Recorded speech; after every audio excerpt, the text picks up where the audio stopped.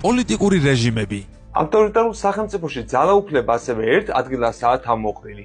თუმცა ტოტალიტარიზმისგან განსხვავებით, ავტორიტარული რეჟიმის მთავარი მიზანი მმართველი ჯგუფის და დიქტატორის ძალაუფლების შენარჩუნებაა და არა სახელმწიფო იდეოლოგიის გაბატონება. შესაბამისად, შეიძლება არსებობდეს სფეროები, სადაც ადამიანებს მეტნაკლებად თავისუფლად საქმიანობის საშუალება ეძლებათ, მანამ სანამ დიქტატორის ძალაუფლებას არ დაუპირისპირდებიან, ან მის ინტერესებს არ გადაკვეთენ.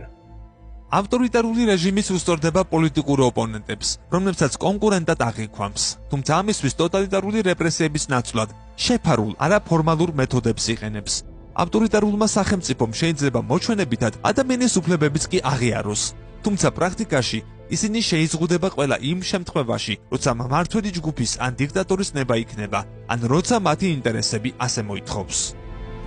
ავტორიტარული სახელმწიფოს მაგალითად შეგვიძლია რუსეთის ფედერაცია დავასახელოთ, რომელიც კონსტიტუციის მიხედვით დემოკრატიული სახელმწიფოა და ევროპის საბჭოს წევრიც კი იყო 2022 წლის მარტამდე. 2022 წლის მარტში უკრაინაში შეჭრისა და ადამიანის უფლებების მასობრივი დარღვევის საფუძველზე რუსეთის სახელმწიფო გააძევეს ევროპის საბჭოდან. რუსეთში ბატონობს ერთი პირის, ვლადიმერ პუტინის რეჟიმი, რომელიც 1999 წლიდან პრაქტიკულად ერთპიროვნულად მართავს სახელმწიფოს.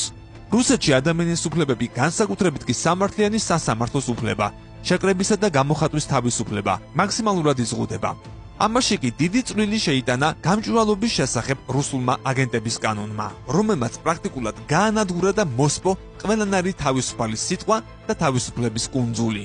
ამასთან რუსეთის ფედერაციის იმპერიალისტური იდეოლოგიიდან და პოლიტიკური ოპონენტებისა თუ თავისუფალი მედიის წარმომადგენლების მიმართ ანგარიშორებიდან გამომდინარე, რუსული სახელმწიფოს რეჟიმი გარკვეულწილად ტოტალიტარული სახელმწიფოს ნიშნებსაც შეიცავს.